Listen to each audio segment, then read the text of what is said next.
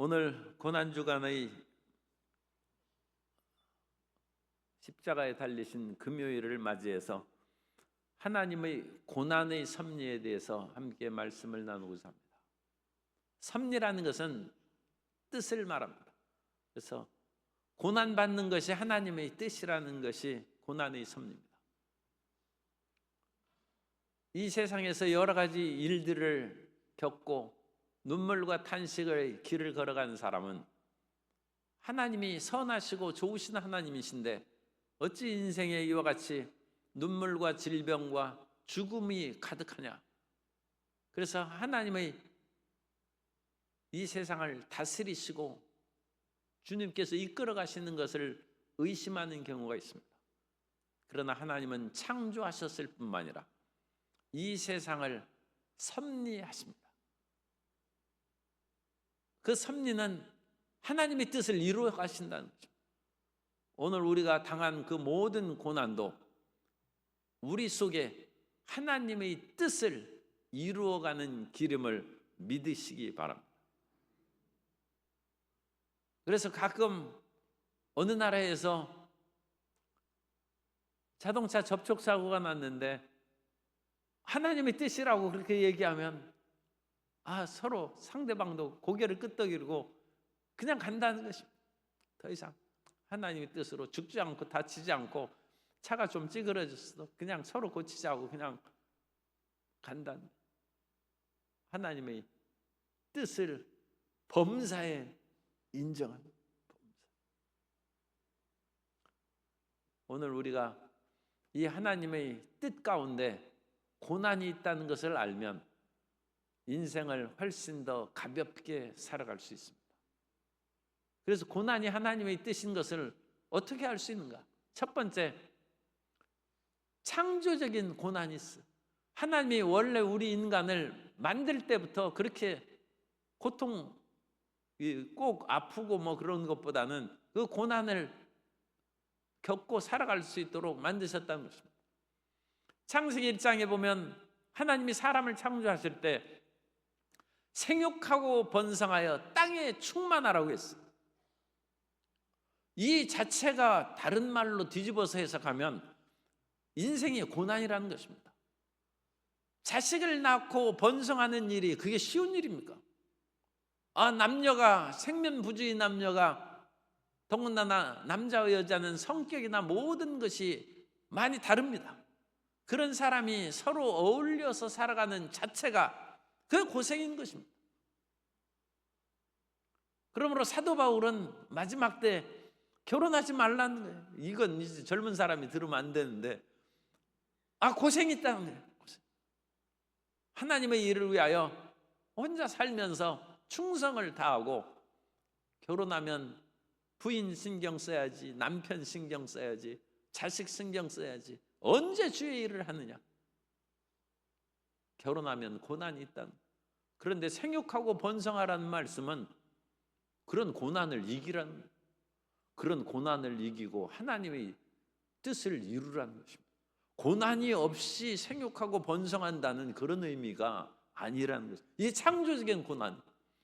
그리고 땅을 정복하려면 북극을 탐험하고 남극을 탐험하고 우리 나라에서도 그 히말라야의 그 모든 8,000m 이상의 그런 그 13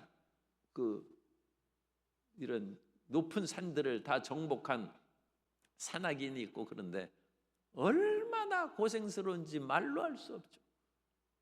심지어 동상에 걸려가지고 손가락을 잃었어요. 다. 그런데도 여전히 그 같은 험산 고봉을 오르는 그런 고난을 이기고 사람들에게 용기와 희망을 줍니다. 땅을 정복하는 일이 힘든 것입니다. 그러므로 이런 창조적인 고난이 있고 그런 것을 하지 않고 나태하고 게으르고 주저앉는 것은 그건 오히려 제대로 인생을 못 사는 것입니다. 1, 2년 전에 좀 미안한 얘기가 됩니다만 손흥민 선수가 몇 골 못 넣었어요. 그러자 그 콘테 감독이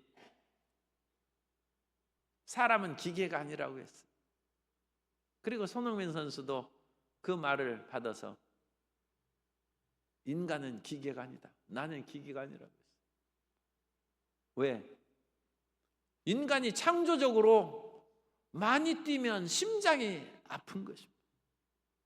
그 심장이 아프다는 것은 인간은 기계가 아니라는 거예요. 그리고 그 심장의 통증과 몸이 지치고 숨이 가쁜 것을 통하여 살아날 수 있도록 하나님께서 장치를 해준 것입니다. 그런데 그런 것들을 장치하지 않으면 무리해서 사람이 다치고 쓰러질 수가 있는 것이죠. 그런데 손흥민 선수가 미안하게 내가 얘기하는 것은 나는 기계라고 해야 됩니다. 그래야지 나는 기계가 아니다. 그렇게 하면 마음의 그런 기상이 꺾이는 거예요. 그래가지고 그 이후로 골을 잘 못 넣어요. 심지어 골을 넣는 결정적인 찬스에서 다른 사람에게 패스했다고 했어요. 사람이 마음의 기계가 꺾이면 안 됩니다. 나는 망언이 되도록 그야말로 정상을 달릴 수 있다. 나는 인간 기계다. 사람은 기계가 아니죠. 그럼에도 불구하고 나는 기계라고 얘기하는 것이 선수 생활할 때는, 은퇴하기 전에는 그건 반드시 외쳐야 됩니다. 나는 기계다. 나는 지치지 않는다. 그것은 이제 프로 선수의 그런 마음의 결단을 얘기하는 것이고, 사실은 실제는 인간은 기계가 아닙니다. 인간은 창조적인 고난이 있어서 무리하면 안 됩니다. 그래서 고통이 따르고 몸이 아프고 다치는 것입니다.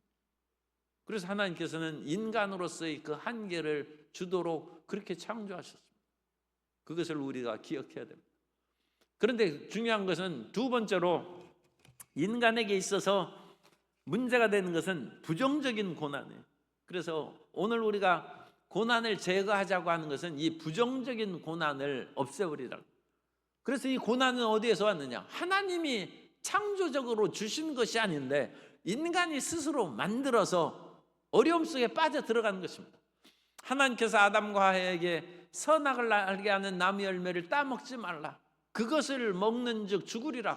고난이 다가온다는 것입니다. 죽음처럼 강한 고난이 어디 있습니까? 그러니까 하나님의 명령을 어기면 고난이 다가온다는 것을 주님께서 가르쳐 주셨는데, 아담과 하와가 선악을 알게 하는 나무 열매를 따먹음으로 말미암아 고난길에 들어서서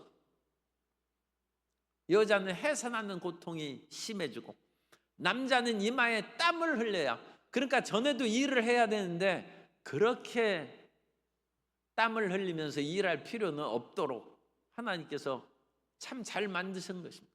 그러나 이자는 범죄함으로 말미암아 이마에 땀을 흘려야 겨우 먹고 살고 하는 일이 잘 안 돼. 가시와 엉겅퀴가 돋아난다. 사람이 자기가 하는 일들이 순수하게 잘 되면 얼마나 기쁩니까? 그 일을 더 하려고 하는 것이죠. 그러나 하는 일마다 가시가 돋고 엉겅퀴가 돋아나고 넘어지고 자빠지고 그러면 누가 일을 하겠습니까? 그것이 부정적인 고난입니다. 그래서 인간은 죄로 말미암아 엄청난 부정적인 고난을 겪게 되었고, 이 부정적인 고난은 사람으로 인하여 자연 만물을 다스리고 청지기적인 그런 일을 이제 사람에게 시켰는데, 그 일을 하는 자연계도, 이 청지기가 지금 고난을 통하여 제정신이 아닌 것이죠.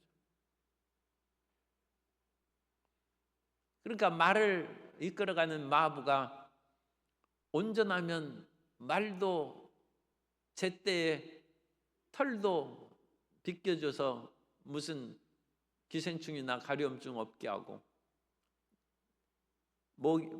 먹이도 잘 주고 물도 잘 마시게 하고, 그러면 말도 편하고 그 모든 마부가 다스리고 관할하는 것이 평안한 것입니다.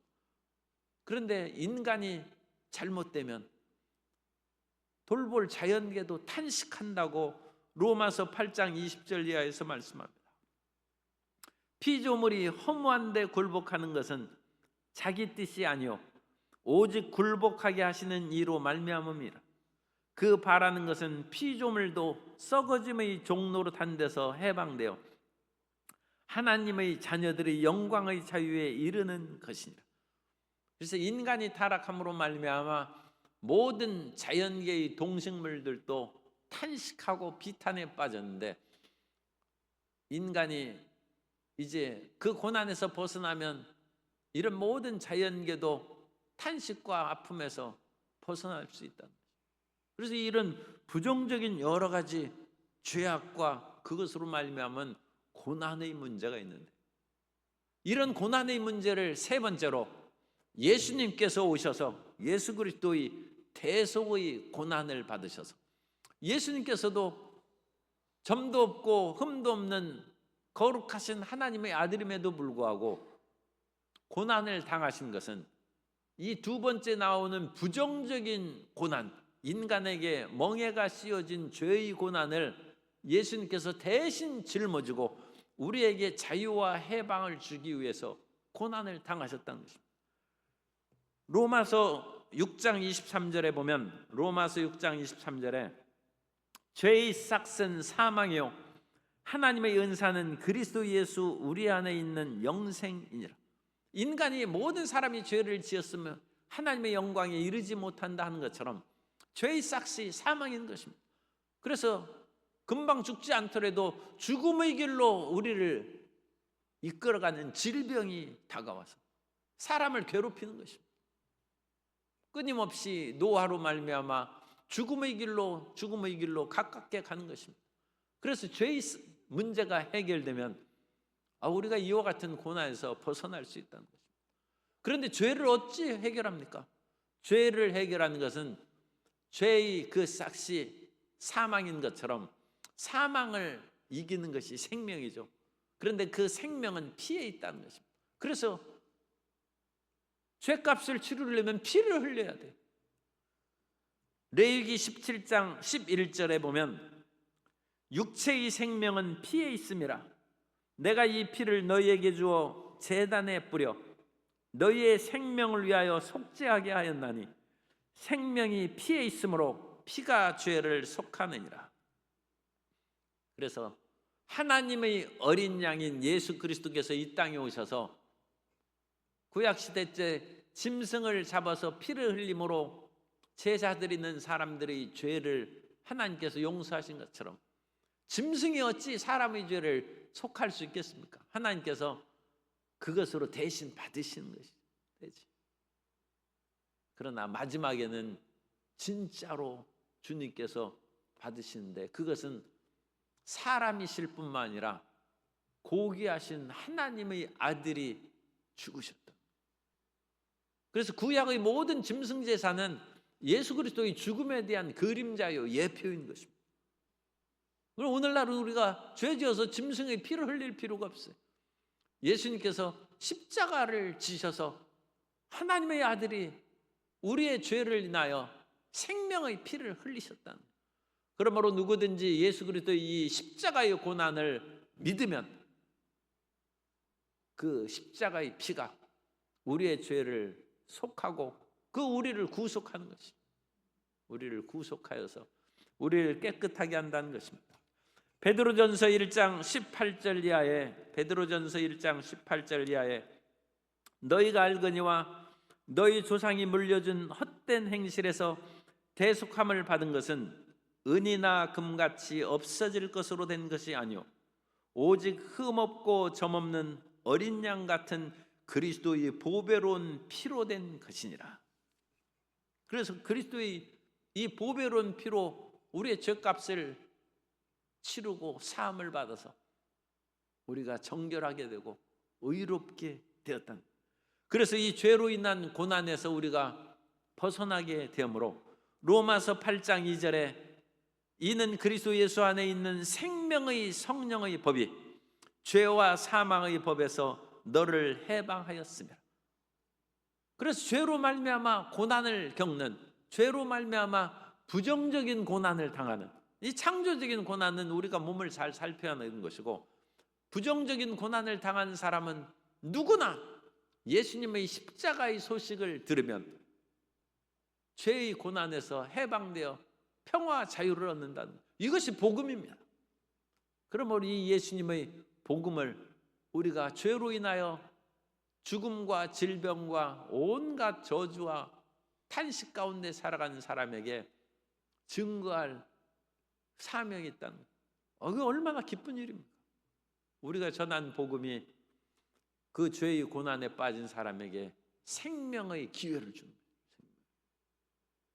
그러므로 반드시 우리의 직계 가족들은 이 생명의 복음을 받아들일 수 있도록 전하고 기도해야 될 뿐만 아니라,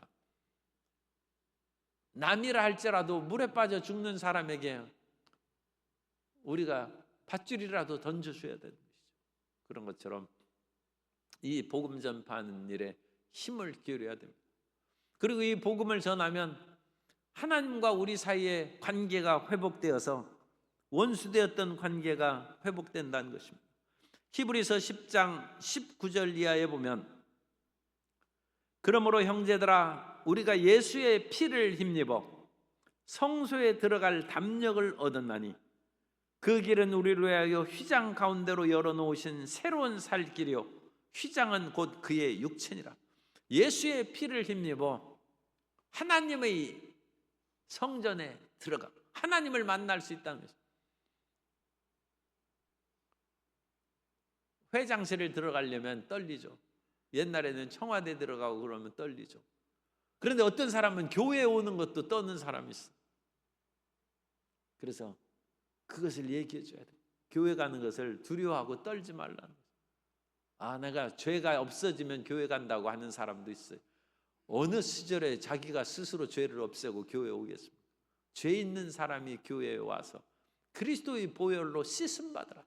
그래서 교회는 예수 그리스도의 보혈로 씻음 받는 곳이다. 사람이 목욕탕에 가면 몸의 더러운 때를 씻는 것이고, 교회에 오면 영혼의 죄를 그리스도의 피로 씻는 곳이다. 그래서 우리 영혼이 죄 짓고 불의한 사람일수록 누구든지 주님 앞에 나와서 죄 사함을 받고 하나님과 화목하라는 것입니다.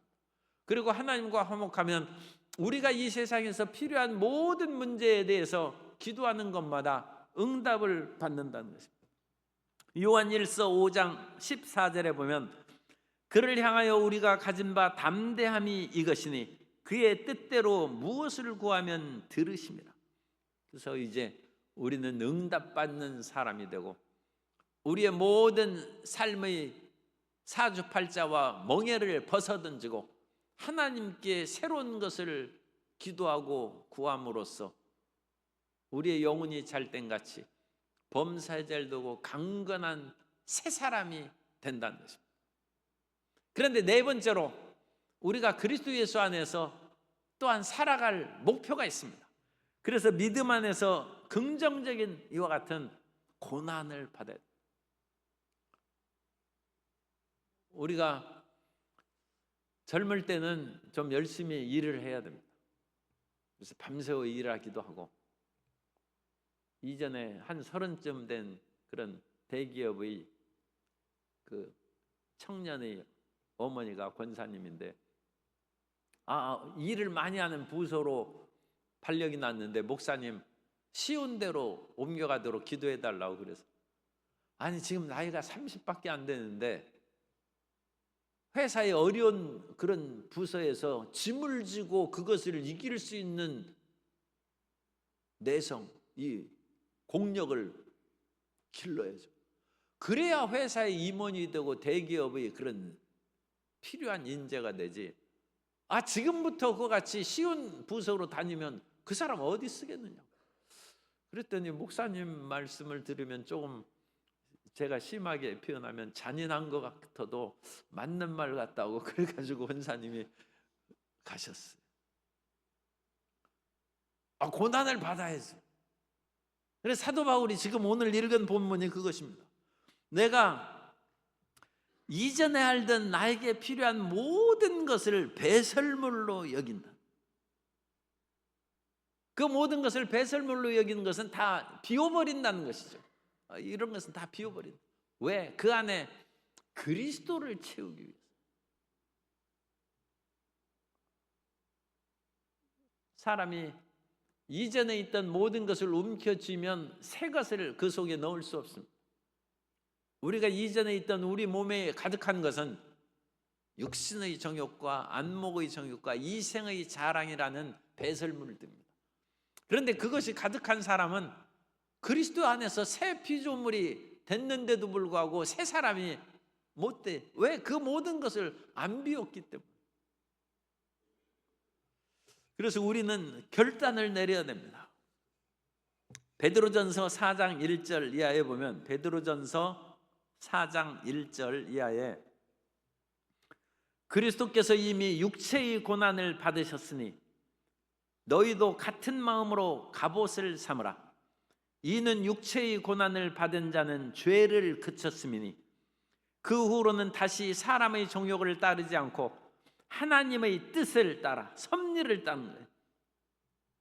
고난의 섭리를 따라 육체의 남은 때를 살게 하려 함이라. 이제 우리의 육체의 남은 때가 50년 남은 사람도 있고 30년 남은 사람도 있어요. 그 남은 때를 이제는 육체로 살지 말고 그리스도로 위하여 살라는 것입니다. 그리고 계속 읽습니다. 너희가 음란과 정욕과 술 취함과 방탕과 향락과 무법한 우상 숭배를 하여 이방인의 뜻을 따라, 하나님의 섭리가 아니라 이방인의 섭리를 따르는 것이죠. 따라 행한 것은 지나간 때로 족하도다. 자기 뜻대로, 이방인 뜻대로, 세상 뜻대로 살아간 것은 지나간 때로 족한 것이고, 이제 우리는 하나님의 뜻, 하나님의 섭리, 프로비던스, 하나님의 프로비던스를 따라서 그 길로 걸어가는 것인데, 그것을 조금 강하게 얘기하면 긍정적인 고난을 받으라는 것이고, 그것을 십자가를 지라는 말로 바꿀 수 있습니다. 그리스도 예수 안에서 자기 십자가를 지고 나를 따르라. 그 예수님의 말씀. 그래서 예수님을 믿은 후에 고난이 없다는 것은 성장을 안 하겠다는 말입니다. 고난당한 것이 내게 유익이라. 고난을 통하여 내가 율례를 배우게 되었나이다. 사람은 고생하지 않으면 세상대로 살아갑니다. 그러나 그 고생을 통하여 하나님의 법을 마음에 새기고 그 법대로 살아가는 것이고, 그래서 이 모든 것을 하기 위해서 사도 바울은 자기 몸을 쳐서 복종을 시키는 것이고, 그리스도의 십자가를 표대로 삼아서 그 길을 붙잡으려고 하는 것. 이전에는 예수님이 나를 붙잡아줬는데 이제는 내가 붙잡는다는, 이게 위대한 전환이죠. 이 엄청난 이와 같은 삶의 전환이 있어야 됩니다. 태도의.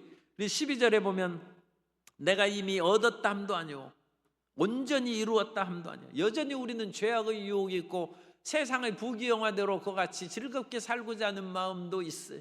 그러나 온전히 이루지 못했어요. 그러나 이 모든 부질없고 순식간에 사라져버리는 세상의 쾌락을 붙잡지 말고 떨쳐버리고 내가 그리스도 예수께 잡힌 바 된 그것을 잡으려고 달려간다는, 그냥 걸어가는 것이 아니라 달려가는 거예요.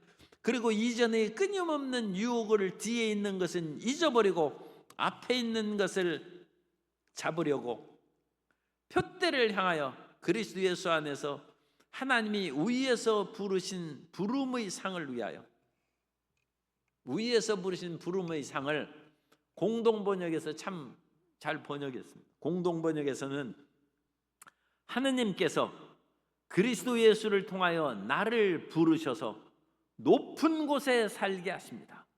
그것이 나의 목표이며 내가 바라는 상입니다.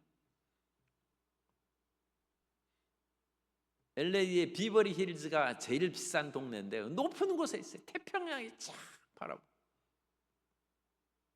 요즘 불 나가지고 이제 집값이 떨어졌겠어요. 하나님께서 나의 발을 반석 위에 세우사 나로 높은 곳을 다니게 하신다. 시편 기자의 선언입니다. 그것이 그리스도 예수의 십자가를 붙잡고 나아가는 사람이 앞으로 살아나갈 그 높은 곳입니다. 그 영광이 우리를 기다리고 있습니다. 고난당하는 것을 두려워하지 말고 죄악의 고난, 부정적인 고난은 떨쳐버리고 우리의 믿음의 상승을 위해서, 성적의 발전을 위해서, 회사의 발전을 위해서는 능동적으로 고난을 지는 것처럼 하나님의 나라를 위하여 전진하는 우리 모든 성도님들 되시기를 예수님 이름으로 축원합니다.